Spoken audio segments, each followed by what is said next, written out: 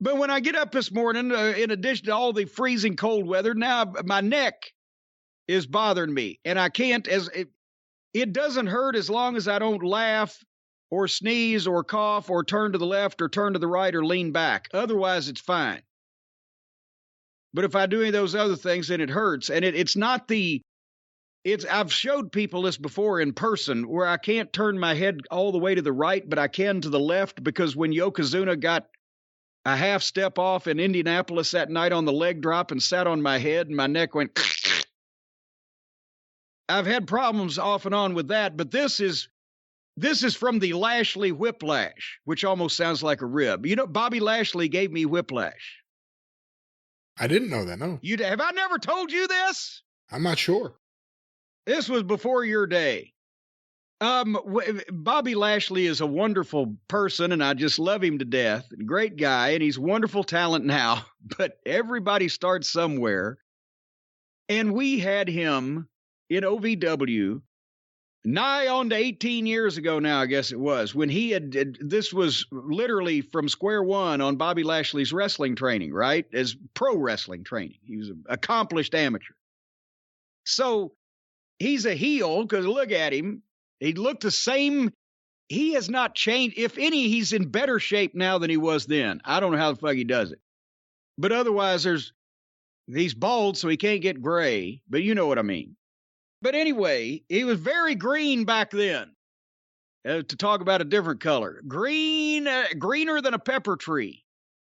And so he's a heel, and the people knew, that not only was I the play-by-play announcer along with my cohort Dean Hill, but also they knew I was the matchmaker and it carried some level of importance at OVW. So at some point, I can't even remember what the incident was, but Bobby Lashley is doing something in his heel cohorts in the ring so heinous that I come in, roll in the ring to stop the carnage and say, stop, don't you dare attack or touch this man again, or whatever the case, right? And he's going to give me a bump. And the thing is, because obviously, since we were running a professional wrestling program, people didn't touch me or touch the announcers or beat up same on a regular. So this is going to be a big, oh shit type of thing, right? Oh my God, he bumped Cornette. I'm thinking, well, back then his punches didn't look all that great. And for a finish, he'd been using just a simple, like, over-the-shoulder sack of shit power slam, right? Not any, running, diving, but still, I was only 3 years removed from my last hernia surgery, and I went this big green monster, behemoth, or as Vince McMahon would say, bohemoth, to power slam me. So I said, Bobby, when I get in there and I tell you, no, stop, don't you dare. And I look down at the guy and I turn back to you, just scoop me up and give me a body slam. Just scoop, slam, boom. And I'll sell like death because you're 300 pounds, you're a monster, and then everybody will run in and blah, blah, blah. Okay. And Brian, several times before we started with the show, I reminded him, I said, now remember, not the power slam, just the scoop slam, right? I said, that'll be fine. That'll get the point across. I'd have to be in the hospital if you power slammed me. I'm thinking to myself, possibly legitimately, right? But he's all scoop slam, boom, got it. So comes time, I slide in there, he's done whatever he's done, and I stop. And I look at the guy and I look back, and he bends over and boom, grabs me, and I go up. And in hindsight, in retrospect, obviously it wasn't his fault. But he thought he was taking it easy on me because he didn't power slam me. I know that's where you thought I was going. But since I had registered that I, don't power slam me, I had the hernia, whatever, he's going to take it easy on me. And since did I mention that he'd only been in wrestling school for a very short period of time, he thought that if he just turns me over a little farther and puts my feet down first before I hit, that will soften my blow on the slam, which I'm already, ready to take anyway. because I know what that's going to feel like. I thought. Brian, do you know what happens when you, as we used to call it, over-rotate somebody and you give them a nice firm slam where their feet hit first? What happens? Well, as we looked at it on the slow-mo replay on the tape afterwards, because I didn't have a lot of recollection of exactly, I just thought somebody had run in and hit me with a Volkswagen.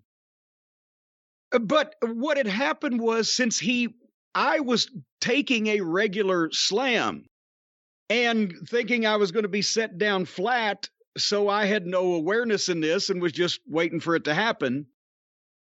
And when he flung me down to where my feet would hit first, he over-rotated me. My feet hit first, followed by my ass, followed by my head flying in between my knees. It folded me up like an accordion. I bit the end of my tongue, and he gave me whiplash. Because that's why you're supposed to land flat, right? And then something else I found out, because my neck immediately, I was like, oh, shit, that hurt.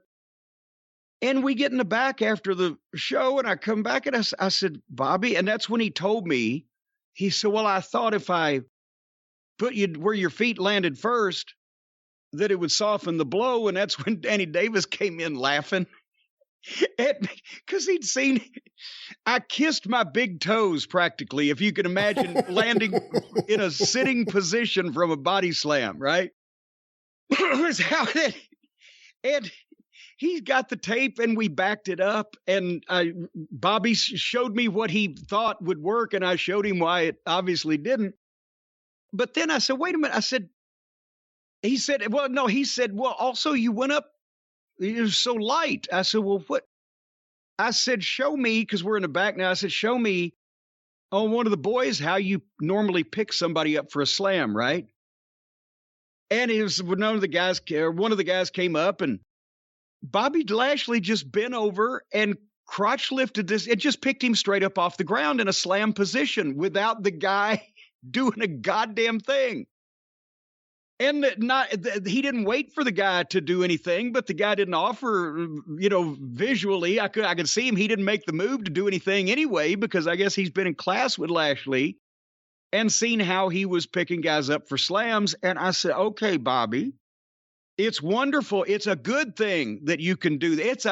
It's a fine thing that you can do that like that to these grown men. But in 15 or 20 years, if you make it that far, it's going to get real fucking old when you are just literally picking these 250-pound men up off the fucking ground without them helping you and doing it the way you're supposed to. And I said, watch this. So basically, we showed him how to pick somebody up for a slam where the guy going up for the slam is actually doing it for you, right? Like you're supposed to. And then I said, okay, now pick me up. Don't slam me back here now, Bobby, but pick me up. Here's what I did. He was just crotching guys and just picking them up. Both their feet left the ground at the same time. They didn't push off. It was just strength, right? So I said, now, pick me up, right? So when he bends over, he puts his arm through in between my fucking legs. I've got my left arm hooked over his left shoulder. When he stands up straight, he's going to pick me up. And as soon as I say go, which he does, I throw my left leg out to the side, and I said, just bring your right arm up. And I put my right arm on his fucking left thigh, and I do a little cartwheel. So he turns me basically upside down. And now I'm there, and all he's got to do is set me down flat. And he said, he said, I didn't feel you go up. I said, I know, that's the idea. Nobody else was working with you. So then for 2 weeks, I couldn't drive or turn my fucking head. Who was teaching him? Who was doing the class that I'm talking just got there. I think this was his first month or 6 weeks or whatever. And, the guys weren't complaining because he wasn't trying to take it easy on them like he did on me. So do you think the power slam would have been easier on you or would it have been worse? The power slam would have probably been easier. Because at least he'd done that a few times, but goddamn. And then when I looked at a few of those, I said you could probably lighten up on the impact on a couple of those also. It is crazy when I think back to watching him as Blaster Lashley in OVW and seeing him now doing the best work of his career.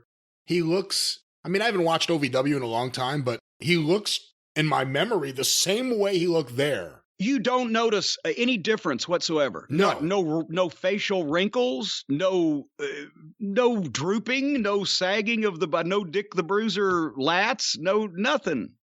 But it took so long for him to just get it and be used right and get it. And right now, I just think he's one of the few captivating guys on their show every week. Well, boy, he is also, he gave me one of my 7 most painful injuries, but I love him to death for it. Anyway,